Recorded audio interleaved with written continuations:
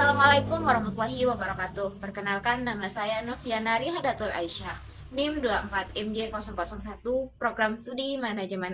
Saya akan menjelaskan materi sumber daya manusia tentang organisasi. Pada dasarnya, organisasi atau lembaga merupakan sistem yang terdiri dari beberapa bagian. Setiap bagian memiliki tugas, tanggung jawab, fungsi, serta wewenangnya tersendiri. Akan tetapi, setiap bagian tidak dapat melepaskan diri dari bagian lainnya. Apabila organisasi atau lembaga ingin mencapai tujuan yang efektif, cara membaca sebuah bagan yang pertama, keseluruhan bagan disebut sebagai bagan organisasi atau struktur organisasi. Masing-masing kotak disebut sebagai unit organisasi atau satuan organisasi. Susunan dari atas ke bawah atau dari kiri ke kanan disebut jenjang atau tingkat hierarki dari organisasi. Garis yang tidak putus disebut dengan garis pemerintah. Dari struktur organisasi di atas, tiap bagan memiliki tugas tersendiri. Yang pertama, pimpinan. Seorang pimpinan memiliki peran yang jauh lebih luas daripada sekedar mengambil keputusan. Tugas utamanya adalah memberikan visi, memotivasi, dan mengkoordinasikan tim, serta menanamkan dan melindungi etika budaya dan identitas perusahaan. Pimpinan menetapkan nada dan arah strategis keseluruhan. Di bawah pimpinan ada manajer keuangan, manajer marketing, dan manajer produksi. Manajer keuangan memastikan stabilitas finansial perusahaan, namun perannya melampaui pembukuan. Ia menganalisis data keuangan, meramalkan tren, mengelola resiko, dan yang terpenting, ia mengambil keputusan strategis terkait investasi, pendanaan, dan alokasi modal yang mendukung pertumbuhan jangka panjang bisnis. Sedangkan manajer marketing adalah penghubung utama antara produk dan pasar. Perannya adalah membangun hubungan yang kuat dan berkelanjutan dengan konsumen. Hal ini dicapai melalui pengembangan strategi untuk menjangkau target pasar, mengelola komunikasi yang konsisten, dan berupaya mencapai target pasar yang telah ditetapkan. Mereka juga harus secara mendalam memahami kebutuhan dan keinginan dari konsumen. Di bawahnya ada pemasaran dan promosi. Pemasaran adalah proses komprehensif yang tidak hanya berfokus pada penjualan, tetapi juga pada identifikasi, antisipasi, dan pemenuhan kebutuhan pelanggan secara menguntungkan. Intinya adalah membangun hubungan dengan cara memahami kebutuhan konsumen dan menyajikan solusi yang tepat, yang mencakup keseluruhan strategis komunikasi merek. Sedangkan promosi adalah salah satu elemen dari bauran pemasaran atau marketing mix, yang bertindak sebagai jembatan komunikasi langsung. Peran utamanya adalah mengkomunikasikan nilai produk untuk memperkenalkan produk citra merek dan pada akhirnya meningkatkan penjualan melalui iklan, hubungan masyarakat, penjualan personal, dan pemasaran digital. Sedangkan manajer produksi adalah kunci dalam mengubah bahan mentah menjadi produk jadi. Peran utamanya adalah memastikan bahwa seluruh proses manufaktur atau operasional berjalan secara efisien, berkualitas, dan sesuai target. Hal ini mencakup seluruh siklus dari perencanaan sumber daya, pengawasan, proses harian, pengendalian kualitas, hingga pengembangan proses produksi agar lebih baik dan inovatif. Ia juga memiliki bawahan yaitu supervisor. Supervisor atau pengawasan adalah peran di lini depan yang bertanggung jawab langsung atas operasional sehari-hari di area kerjanya. Tugasnya adalah mengawasi para pekerja, mengatur alur kerja, dan mengendalikan jalannya proses produksi secara real time. Fokusnya adalah memastikan semuanya berjalan efisien, aman, tepat waktu, dan yang terpenting sesuai dengan standar kualitas yang telah ditetapkan. Dari struktur di atas, terdapat bagan yang belum terisi, maka kita harus mengisinya dengan pengadaan karyawan, di mana perusahaan telah melakukan analisis terhadap kebutuhan tenaga kerja pada bagian keuangan dan menemukan bahwa beban kerja meningkat serta posisi akuntan mengalami kekosongan. Oleh karena itu, diputuskan untuk melakukan pengadaan karyawan baru untuk mengisi posisi tersebut agar operasional perusahaan tetap berjalan dengan baik dan target laporan keuangan dapat diselesaikan tepat waktu. Adapun spesifikasi pelamar yang pertama, pendidikan minimal SMA, dibuktikan dengan ijazah yang terlegalisir, di mana pelamar dengan latar belakang pendidikan SMA dinilai telah memiliki kemampuan dasar dalam berhitung, membaca, dan memahami instruksi kerja. Pekerjaan yang ditangani tidak membutuhkan keahlian akuntansi yang terlalu kompleks, sehingga masih dapat dilatih melalui pelatihan internal perusahaan. Yang kedua, perempuan. Kriteria ini ditetapkan berdasarkan kebutuhan perusahaan yang mempertimbangkan bahwa pekerjaan di bidang administrasi keuangan umumnya membutuhkan ketelitian tinggi, kerapian, dan konsistensi yang seringkali menjadi keunggulan umum bagi pelamar perempuan. Perusahaan membutuhkan individu yang memiliki kemampuan multitasking, serta disiplin dalam pencatatan data dalam dokumentasi. Yang ketiga, sehat jasmani dan rohani.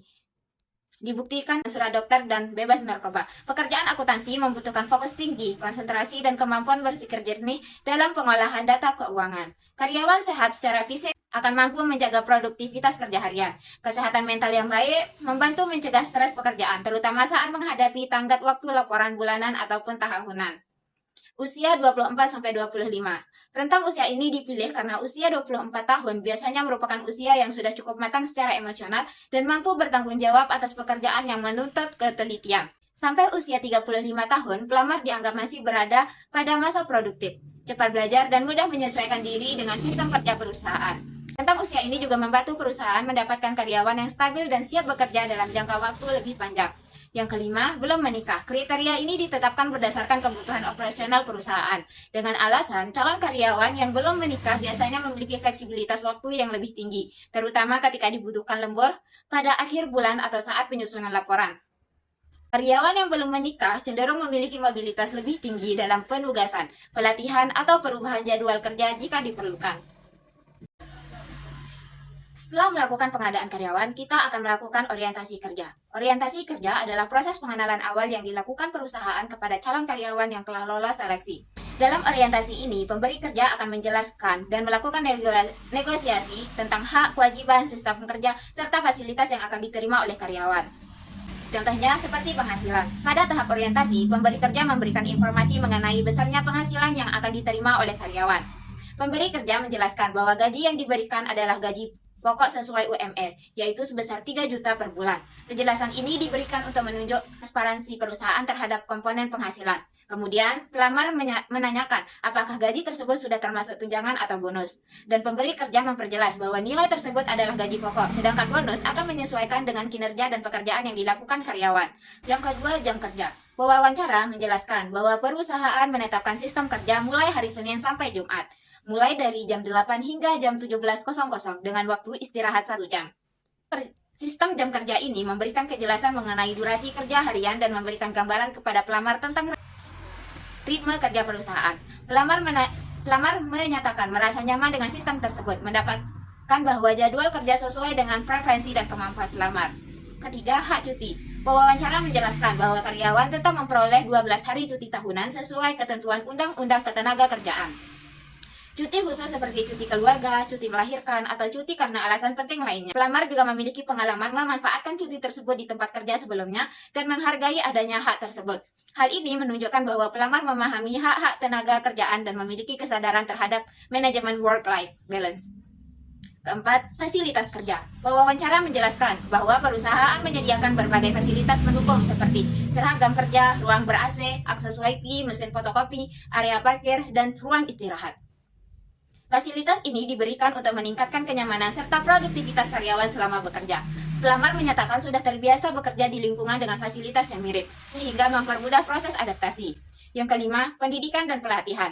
Dalam orientasi, perusahaan menyampaikan bahwa mereka secara rutin program pengembangan karyawan, baik berupa pelatihan teknis maupun soft skill. Pelamar menanyakan waktu pelaksanaan pelatihan tersebut. Pewawancara menjelaskan bahwa pelatihan dilakukan setiap 3 bulan sekali. Hal ini menunjukkan bahwa perusahaan memiliki komitmen untuk meningkatkan kompetensi karyawan secara berkelanjutan. Kelima, perihal pensiun. Pewawancara menjelaskan bahwa perusahaan menyediakan fasilitas BPJS Ketenagakerjaan, termasuk program jaminan pensiun, program jaminan hari tua. Fasilitas ini diberikan untuk menjamin kesejahteraan karyawan di masa tua atau ketika memasuki masa pensiun. Pelamar menyatakan bahwa ia juga pernah menerima fasilitas serupa di perusahaan sebelumnya, sehingga ia sudah familiar dengan manfaat program tersebut. Selanjutnya kita akan melakukan penilaian dengan 2 metode. Yang pertama, penilaian dengan metode rating scale. Metode rating scale adalah metode penilaian kinerja di mana setiap unsur kinerja diberi nilai dari skala tertentu. Misalnya 1 sampai 5. Nilai yang lebih tinggi menunjukkan kinerja yang lebih baik. Pada contohnya, skala yang digunakan adalah nama karyawan Safira Ulia, Departemen Keuangan, tanggal penilaian 19 November 2025. Nama penilai Novianari Hadatul Aisyah. Yang pertama, ketepatan waktu, nilainya 4. Baik, Safira dinilai memiliki kedisiplinan waktu yang baik. Ia hadir tepat waktu dan dapat menyelesaikan pekerjaan sesuai deadline. Meskipun belum mencapai kategori amat baik, namun kinerjanya konsisten dan jarang terlambat. Kedua, tanggung jawab. Nilainya 4 atau baik. Safira memiliki rasa tanggung jawab yang tinggi terhadap tugasnya. Ia mampu menyelesaikan pekerjaannya tanpa banyak pengawasan serta dapat dipercaya dalam penanganan data keuangan. Meskipun sudah baik, masih ada ruang untuk mencapai tingkat amat baik. Ketiga, sikap dan etika. Nilainya 5 atau amat baik. Safira menunjukkan sikap profesional, sopan, dan etika kerja yang sangat baik. Ia mampu bekerja sama dengan rekan kerja, menghormati atasan, serta menjaga perilaku positif di tempat kerja. Unsur ini merupakan salah satu keunggulannya. Keempat, pengembangan diri nilainya 3. Pada aspek ini, Safira dinilai cukup. Artinya, ia masih perlu meningkatkan upaya dalam pengembangan kompetensi melalui pelatihan, kursus, atau inisiatif belajar mandiri. Potensi untuk berkembang masih sangat terbuka. Kelima, adaptabilitas. Nilainya 2 atau sedang. Nilai ini menunjukkan bahwa kemampuan Safira untuk beradaptasi terhadap perubahan sistem, metode kerja, atau kondisi baru masih perlu ditingkatkan. Ia mungkin memerlukan waktu lebih lama untuk menyesuaikan diri dibandingkan karyawan lain. Keenam, kemampuan analisis. Nilainya 5 amat baik. Safira memiliki kemampuan analisis yang sangat baik, terutama dalam pekerjaan yang berhubungan dengan laporan keuangan, perhitungan, dan penyelesaian masalah. Hal ini menjadi salah satu kekuatan utama dalam pekerjaan di Departemen Keuangan. Yang ketujuh adalah integritas, nilainya 3 atau cukup. Penilaian ini menunjukkan bahwa integritas Safira berada pada tingkat cukup. Artinya, ia dapat bekerja dengan jujur, namun masih perlu meningkatkan konsistensi dalam menjaga kepercayaan dan profesionalisme, terutama dalam pekerjaan yang melibatkan data sensitif. Selanjutnya, kita akan melakukan penilaian dengan metode checklist. Metode checklist adalah metode penilaian kinerja karyawan yang dilakukan dengan memberikan tanda centang pada aktivitas atau perilaku kerja yang telah dilakukan oleh karyawan. Setiap item memiliki bobot atau nilai, sehingga semakin banyak tugas yang dilaksanakan, maka semakin besar pula nilai yang diperoleh. Contoh, nama karyawan Safira Ulia, Departemen Keuangan, tanggal penilaian 29 November 2025. Nama penilai Noviana Rihadatul Aisyah. Yang dinilai yang pertama adalah bersedia mengikuti prosedur kesehatan.